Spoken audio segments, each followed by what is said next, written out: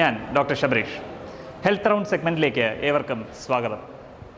ഇന്നത്തെ ചർച്ചയിൽ നമ്മൾ ഉടനീളം കേട്ട രണ്ട് പദങ്ങളാണ് PFT, സ്പൈറോമെട്രി.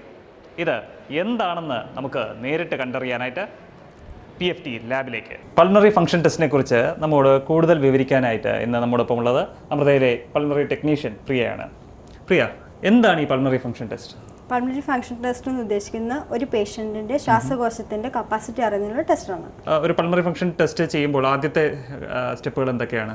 ഒരു പൾമണറി ഫംഗ്ഷൻ ടെസ്റ്റിന് മെയിനായിട്ടും വേണ്ടത് പേഷ്യൻറ്റിന് എക്സ്റേ വേണം.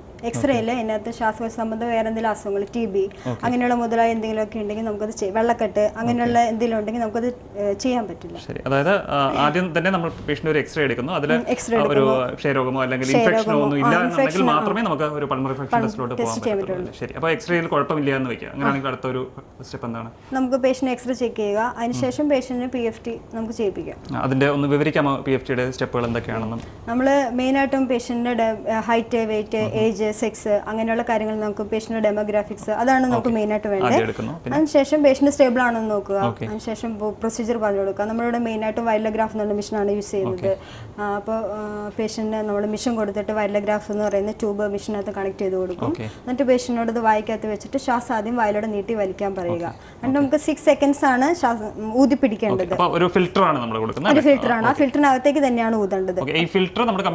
കമ്പ്യൂട്ടറിനകത്ത് കണക്ട് ചെയ്തിരിക്കുകയാണ്. ഗ്രാഫ് നമുക്ക് കമ്പ്യൂട്ടറിനകത്ത് കാണാൻ പറ്റും. 3-4 നമുക്ക് കമ്പ്യൂട്ടറിനകത്ത് അറിയാൻ പറ്റും എത്ര സെക്കൻഡ്സ് ഊതുന്നുണ്ടെന്ന് അറിയാൻ പറ്റും. അപ്പോൾ ഒരു 3-4 കഴിയുമ്പോൾ നമുക്ക് തിരിച്ചു വലിക്കാൻ പറയും. അപ്പോൾ ഫസ്റ്റ് ഇൻസ്പിറേഷൻ, സെക്കൻഡ് ഇൻസ്പിറേഷൻ ആണ് നമുക്ക് മെയിനായിട്ട് വേണ്ടത്.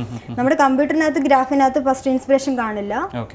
ഊതുന്നതും ഊതി പിടിക്കുന്നതും സെക്കൻഡ് ഇൻസ്പിറേഷൻ. അതിനുശേഷം അതിനകത്ത് നമുക്കൊരു ഗ്രാഫ് കാണുമ്പോൾ തന്നെ അറിയാൻ പറ്റും എന്തെങ്കിലും ചുരുക്കമുണ്ടോ, ശ്വാസ ചുരുക്കമുണ്ടോ, ആസ്മ, പൊടികൾക്ക് അലർജി ഉണ്ടോ, അങ്ങനെയുള്ള നമുക്ക് അറിയാൻ പറ്റുമെങ്കിൽ നമുക്ക് ബ്രോങ്കോ ഡയലേറ്റർ, അതായത് ശ്വാസകോശം പിന്നെ വികസിക്കുന്നു. ആദ്യത്തെ ഘട്ടത്തിൽ നമ്മൾ നോക്കുന്നു. അപ്പോൾ ചുരുക്കം ഉണ്ടെന്ന് നമുക്ക് മനസ്സിലായെന്ന് വയ്ക്കാം. അപ്പോൾ മനസ്സിലാകുന്നുണ്ടെന്നുണ്ടെങ്കിൽ അതിന് പ്രതിവിധിയായിട്ടുള്ള രീതിയിലോട്ട് നമ്മൾ പോകണം അല്ലേ? നമുക്ക് എന്താണെന്നുള്ളത് ശ്വാസകോശം കുറച്ചും കൂടി വികസിക്കുന്നതിനായിട്ടുള്ള ഒരു മരുന്ന് കൊടുക്കാന്നുള്ളതാണ് പിന്നീട്.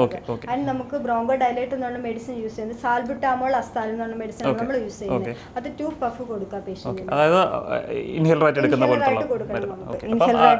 ലെവലിൽ വെച്ച് തന്നെ നമ്മൾ ഈ ടെസ്റ്റിലെ ചുരുക്കം കണ്ടതിന് ശേഷം നമ്മൾ ഇൻഹേലർ ആയിട്ടുള്ള മരുന്ന് അവിടെ വെച്ച് കൊടുക്കുന്നു. അതിനുശേഷം നമുക്ക് 20 മിനിറ്റ്സ് കഴിഞ്ഞിട്ടാണ് മാറ്റം ഉണ്ടോ എന്ന് നമുക്ക് അറിയാൻ പറ്റും. വീണ്ടും ഒന്നുകൂടെ തന്നെ നമുക്ക് PFT ചെയ്യിക്കും. അതിന് 20 മിനിറ്റ്സ് ആണ് പേഷ്യന്റിനെ വെയിറ്റ് ചെയ്യുന്നത്. ഈ ഒരു ടെസ്റ്റ് കൊണ്ട് ആസ്മയാണ് എന്നുള്ളത് നമുക്ക് സ്ഥിരീകരിക്കാൻ കഴിയും അല്ലേ? ആസ്മയാണെന്നുള്ളത് നമുക്ക് സ്ഥിരീകരിക്കാൻ പറ്റും. റിപ്പോർട്ടിന്റെ മാറ്റം കാണുമ്പോൾ നമുക്കത് അറിയാൻ പറ്റും. ആസ്മ എന്നുള്ള ഒരു അസുഖത്തിന്റെ രോഗനിർണയത്തിന് വളരെ അനിവാര്യമായിട്ടുള്ള ഒന്ന് തന്നെയാണ് അല്ലേ PFT?